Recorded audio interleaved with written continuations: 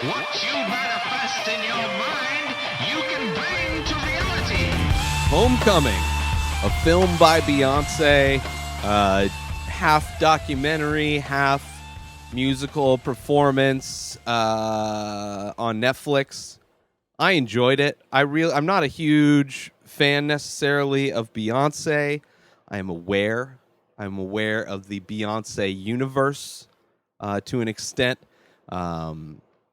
And this is basically a movie documentary that follows, well, one, it shows her performances from Coachella from 2018, last year.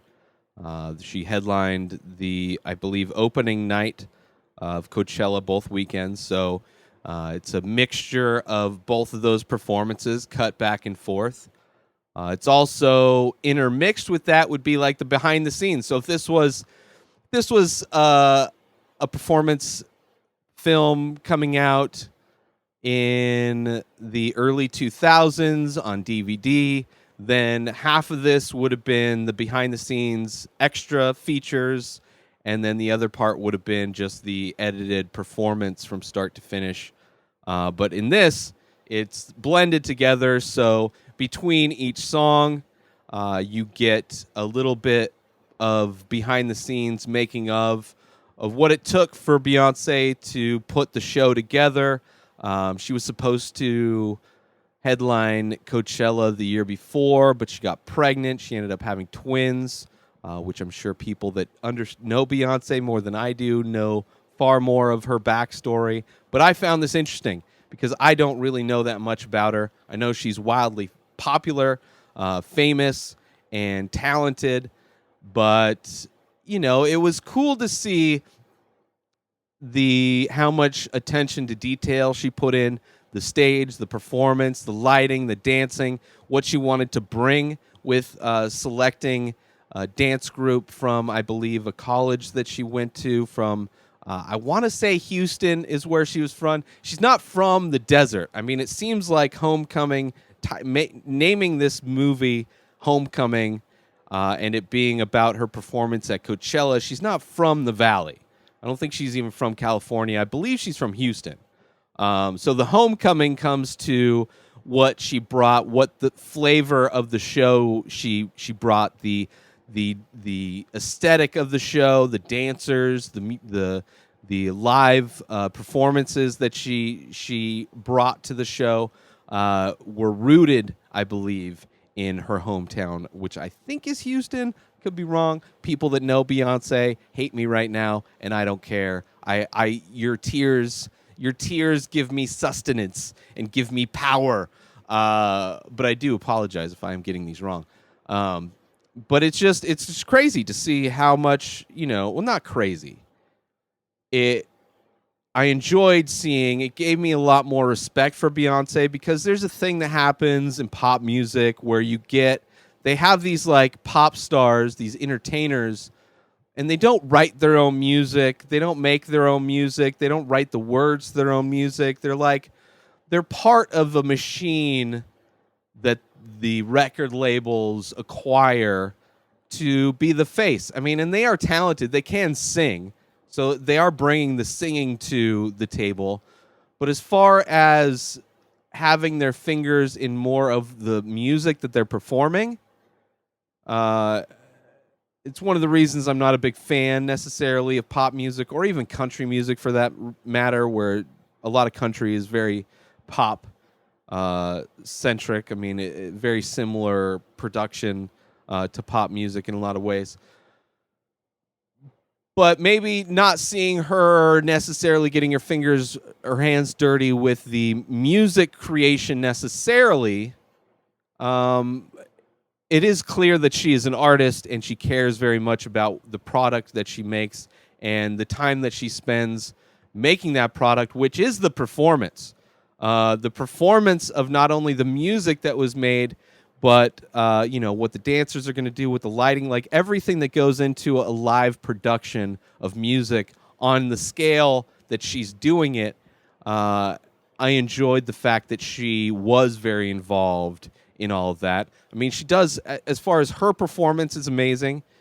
So she had to it's her coming from a very difficult pregnancy, getting back in shape and getting ready for Coachella, which one of the things was losing weight, which is common with, I think anybody who does performance, live performance, people want to look as attractive as possible, actors, things like that.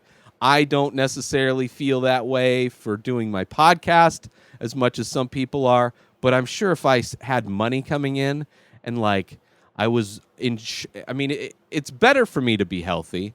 But there was a time, at least in this documentary for Beyonce, where she was going over her diet, I'm on a diet, I can't, and she's basically not eating anything.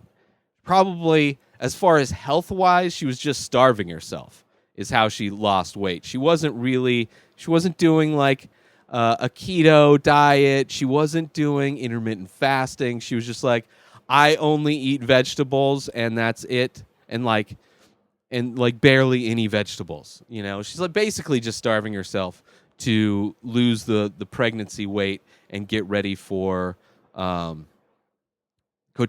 which part of that was she was doing her rehearsals, and one of her dance coach people, one of the people that works with her as far as I think choreographing everything, was mentioning when they were kind of just going back a little bit with the schedule of what they want to do, and he's don't even worry about it. It's you're getting your body back in shape and getting your athleticism back to where it needs to be to do this performance.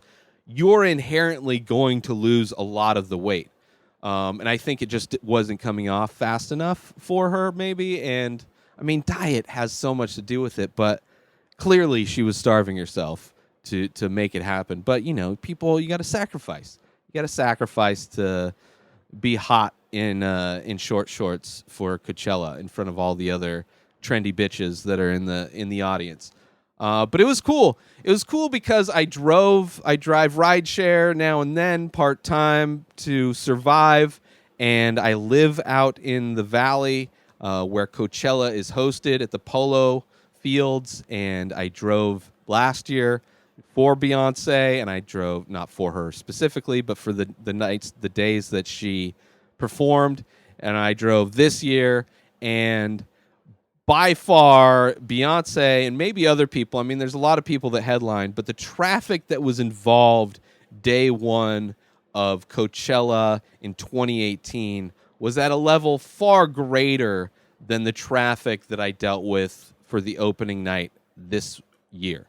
And I know it was her the night. I don't remember if it was opening night or not, but it was very specifically extremely busy that first weekend, specifically that first day. But it was cool to see. Her performance was amazing. I have a lot of respect for.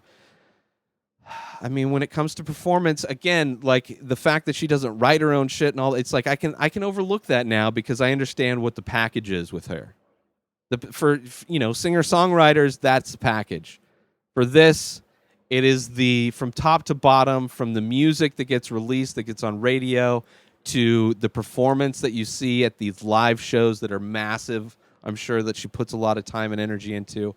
It makes sense. I have a lot of respect for Beyonce and what she does, and it was a fun documentary to watch or show to watch or whatever you want to call it over on Netflix. So go check it out, everybody. Yeah. So that's that. That's it for this episode. A new episodes come out daily. Subscribe on IGTV and everywhere else podcasts are found. Binge the full week over at patreon.com/inspireddisorder. InspiredDisorder.com for all of my original artwork. Go buy some paintings now at Ray Taylor for me on all social media. Have a wonderful day, everybody. Peace out!